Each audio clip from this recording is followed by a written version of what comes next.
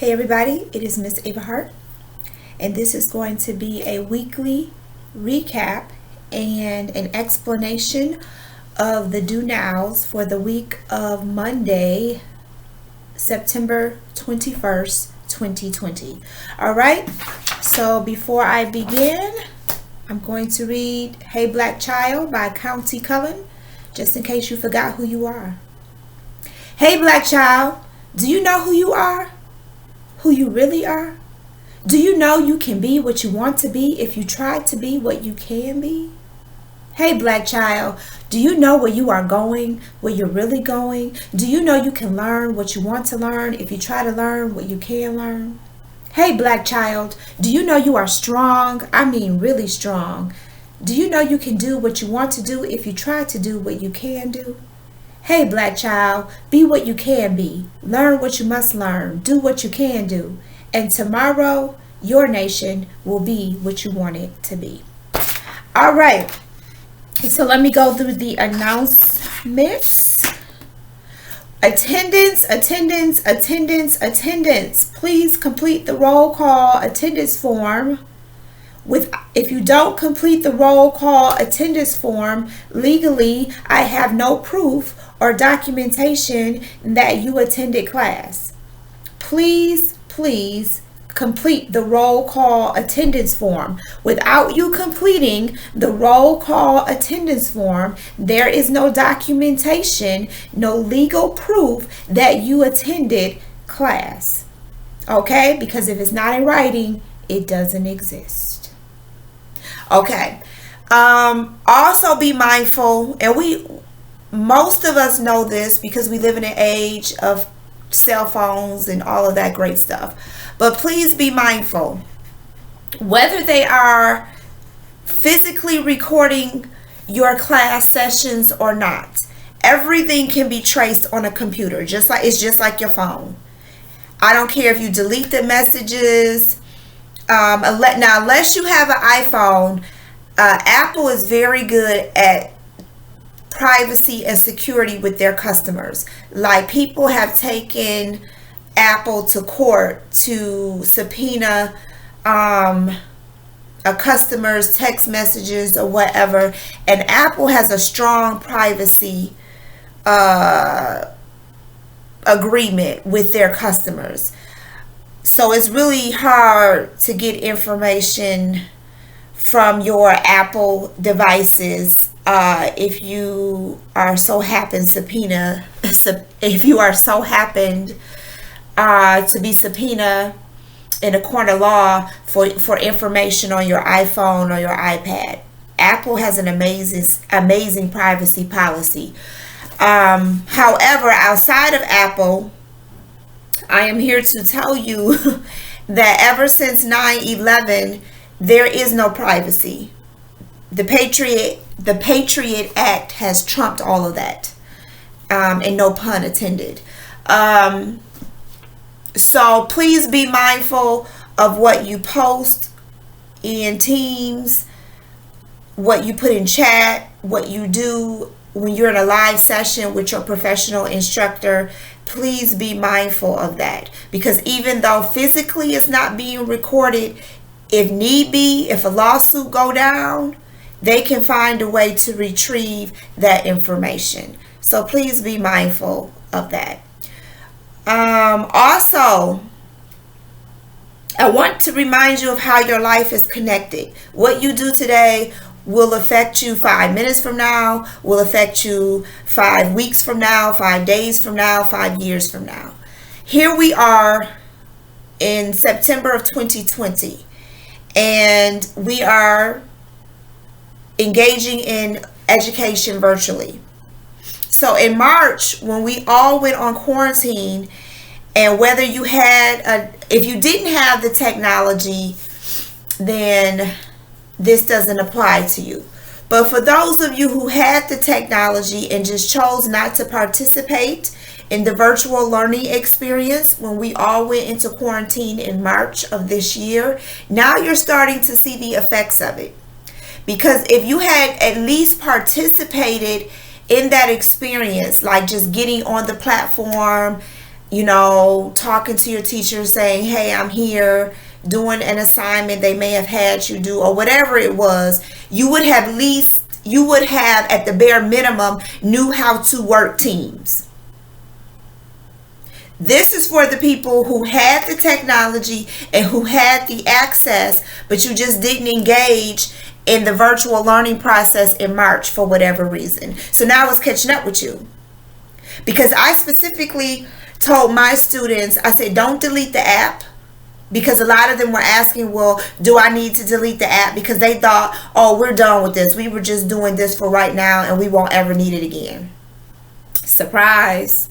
I told them, no, don't delete the app. I said, because you'll need this app in the fall time. And sure enough, they needed the app. So if you had access to the technology in March, from March to June, and you just chose not to participate or engage, now you see how it's affecting you now. Because you could have used that time to learn how to use the platform and you didn't. So now you need it. Now we're using the platform and you could have been a step ahead of everybody else because you already knew how to use it back in March. And you would have been a step ahead of the people who didn't have access to technology. So please be mindful that the decisions that and I kept saying that when I was recording my videos in March, I kept telling my students that, like, the choices that you're making right now in this moment is going to affect you later on. You're going to wish, and I kept telling them this, I said, you're going to wish that you had made different choices.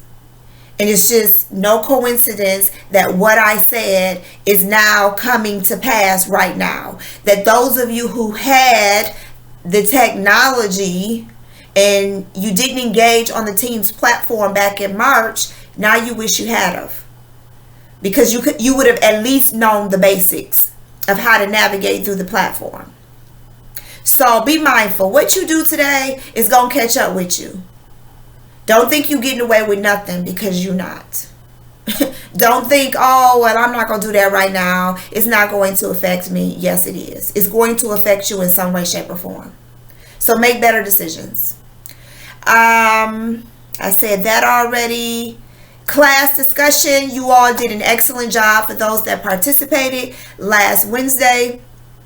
You did an excellent job. There will be another class discussion this Wednesday. So make sure that you log on and engage in the class discussion. Now that will be that is really until I know who consistently shows up on Teams. I'm not going to engage in group work just yet, like actually putting you in a group and having you work with other students in the class, because I need to see who's going to consistently show up. I don't want to put you in a group with people based on my attendance roster in Power School and these people never show up. You're the only one in the group. So until I see consistency with my attendance and who's participating on Teams, the only day that I am requiring you, when you're actually on Teams and having to engage during your class hour, is on Wednesdays. What you say Wednesday, which is class discussion days. What you say Wednesday is class discussion days. So that's when I'm expecting you to be on the computer. There's a discussion topic and you respond to the discussion topic. Otherwise, and I made a video about this, go watch the video. The video is entitled, "Why Can't I Join Your Class?" Because I've been getting that question a lot. I did a 12-minute video about why, it's really unreasonable to expect you to attend 6 classes out the day, and every class the teacher either has their mic on, their camera on, or both, and you're listening to a lecture or instruction. Because to me, and I explained it in the video, that defeats the whole purpose of virtual learning. That we're not being creative. So go watch the video and you can see my explanation behind why I don't run my class that way. The video is entitled, Why Can't I Join Your Class? And I explained to you why I don't run my class that way. On Wednesdays, yes, Wednesdays, what you say Wednesday, class discussion, I need you to be on there. When I post a topic, I need to see you responding. The other days, for those of you who have been consistently showing up for the past 2 weeks, you already know how I operate. I am there. As soon as you ask a question, I'm responding. It is quite clear that Miss Averhart is engaging with you. That if I see you know the chat icon pop up on my screen, I'm reading it. I'm responding to you. So you know I'm here, I'm engaging with you. Some of you, I've called you, you've shared your screen with me so I can help you navigate through this platform. So you know Miss Averhart is here. She might not always turn on her mic and she might not always turn on her camera, but you know that Miss Averhart is present. She is here helping you with any questions, comments, or concerns that you have. So I've already proven myself in that respect, in that aspect. I got receipts, so you know that part. So watch the video about, you know, why can't I join the class? And I explained to you why I'm not, you know, flipping on the camera and the mic every single day. Also, what I didn't explain in that video, and I'm not going to get into specific details, but talking to different teachers and people that are in education in Detroit, there has been a lot of inappropriate things happening on the camera while the teacher is teaching in the background. And that is another reason why I choose not to have you know, the camera on, and having you have the camera on, because it's just certain things that I don't want to hear. Even if I don't require you to turn on your camera, your microphone could still be on.